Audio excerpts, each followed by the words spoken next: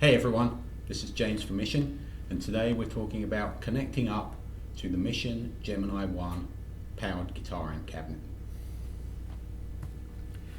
Alright, so this is the setup here. Here I have the front of a Gemini I, and then we have a second Gemini I reversed here in the middle so we can see the back panel, and then we have the Gemini H head on the top here. And what we're going to talk about today is the connections that we make between this or between our compute device into the back panel on the Gemini I. Now, before we get to the input and output, let's talk really quickly about the power connection. So this is the power cable that you'll get with your Gemini.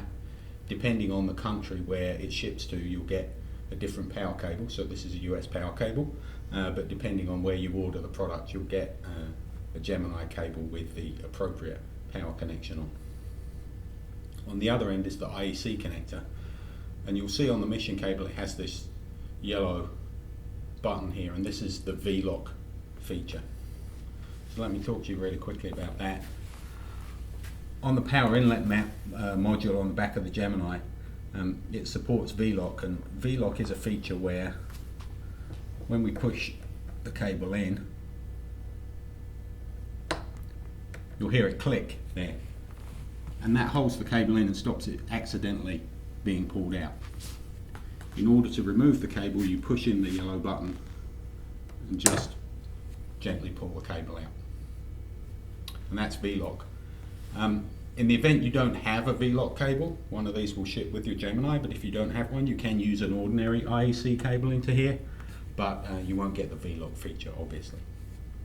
The input here is 110 to 240 volt, so regardless of which country it is that you use it in, whether it's a 110 country or 240 country, you don't need to make any changes to the system there, just plug it on in. This is the power switch, off and on position. And then this here is the fuse holder. Normally you shouldn't have to mess with that, but if there are any issues, you just pop out this fuse holder, and there's two fuses inside that can just be replaced and then pushed back in. Alright, that's it with power. So let's move over to the I/O, and let's talk about the inputs first.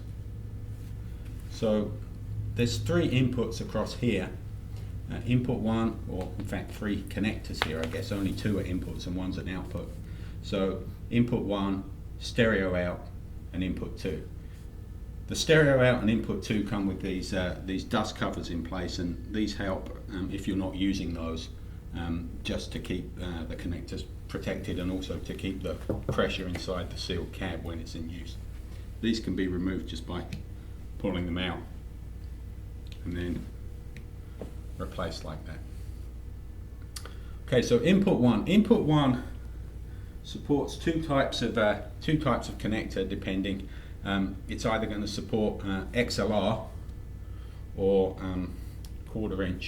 standard quarter-inch jack in the same connection. So regardless of whether you have an XLR balance connection or a quarter-inch connection, you can put them both into the same connector. So if you're using long cable runs, if you're just going straight into the head here, you're going to be fine with quarter-inch. If the cab is a long way away from your source, you may want to use a balance cable.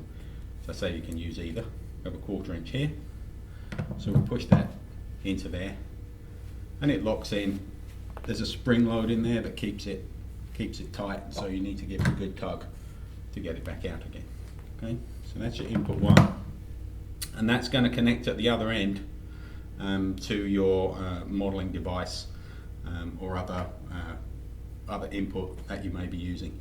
Again, this is an XLR to quarter-inch adapter, but you can use quarter-inch to quarter-inch or XLR to XLR depending on what this device is here. In this demo we're using the Fractal AXFX2, which has both XLR and quarter-inch, so you could use either for that. Now in the standard configuration it's a mono connection, and we're using the mono plug here. So in that case you'd have a mono signal coming out of your modeler, and that would send a mono signal into there, and you'll all be good. In the event that you have a stereo signal and you want to be able to map the stereo signal to two different caps, you can do that on the Gemini, because this 1/4 inch jack is actually a TRS stereo jack. So you see this is a stereo connection. Now in that case what you'll do is you'll plug this in there, and Gemini will detect that it's got the stereo connection in it. And then if you go out to a stereo input, either through a stereo TRS input, or if this cable breaks out into two mono inputs and you plug them separately into left and right, Gemini will detect that this is a stereo signal. It will route one signal to the internal speaker, and then it will route the other signal to this stereo out. And then you'll just plug a link cable between the two Geminis, and that will give you a stereo signal. Alright? So I'll put that back in there. The next input is the instrument input, and we'll talk about that in just a second after we've gone over the USB, because they're kind of connected. Alright, so this is the USB connector. Uses a USB-B type connection, and we'll just plug that in there. And then this is going to connect to your computer. Gemini supports either Microsoft Windows 7 and 8 or Apple OS 10, and you can plug this directly into your Mac or to your PC, and it will detect Gemini as an audio interface. There's a USB audio interface in here, and it will be detected by your PC or your Mac as an audio interface. So you can now stream music or audio signals from the internet or from iTunes or from whatever media player you're using. You can also use it as an audio interface in your digital audio workstation or other device, so that this basically behaves both as an amplifier, a speaker, and as the USB audio interface. So that's your USB. Now when you're using USB, one common thing that you might want to do is stream an audio source to here. That may be a song that you're learning, or it may be the backing track that you've recorded on your digital audio workstation, maybe something that you're rehearsing. So you would stream that via the USB connection from your PC, and then you may want to play along with that signal. So the way to do that is to use the input on here, and you'll just connect your instrument directly up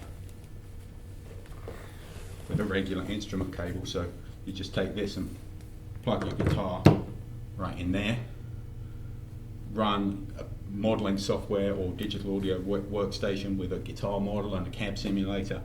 You'll run that, and that will run on the guitar input here, or whatever other instrument. It doesn't have to be guitar. You could plug a keyboard or even a microphone in there, and then you'll be able to perform along with the recorded signal that's coming through the USB. Alright, so that's the inputs and outputs. Lastly, let's just talk about the controls on the back here. The top control is the level control, and it's marked minimum and maximum. So in the minimum position, it's actually off. So the power's on, but there's no signal coming out of the speakers. As you turn this round, basically it acts at an output level or a volume control. So all the way around, this is maximum power. That's Gemini running at full power, driving all the power to the speakers, and then you can just control the output level between maximum and minimum here. The bottom control is the M power control. So this is the ability to be able to control the EQ within the amp and within the crossover mechanism that's in here to blend between a flat signal and a guitar cab type signal. Now if you're using it with a modeling device, or if you're using it just to stream music, you can turn it all the way to the flat position. And in that position, Gemini is going to behave like a monitor or a hi-fi speaker. So it's going to have a very flat frequency response, which is great for listening to music, pre-recorded music, or for listening to your recordings being played back, or for playing along, for practicing, rehearsing, and so forth. If you're not happy with the completely flat signal that you get from a full range guitar amp, as some people are not if you're not used to it, or for particular types of monitoring applications, if you're using it as a monitor on stage for your guitar, for example, you may want it to sound more like a guitar cab. And so you can do that by using this blend control. So we're all the way flat over here, and as we turn it back counterclockwise, we're going to change the EQ so that it sounds more like a traditional electric guitar cab, more like a tube amp with a regular tube cab in a combo or a 4x12, for example. Wind it all the way back, and you're going to lose quite a lot of the top end. This is going to sound like using a bass cabinet or something like that.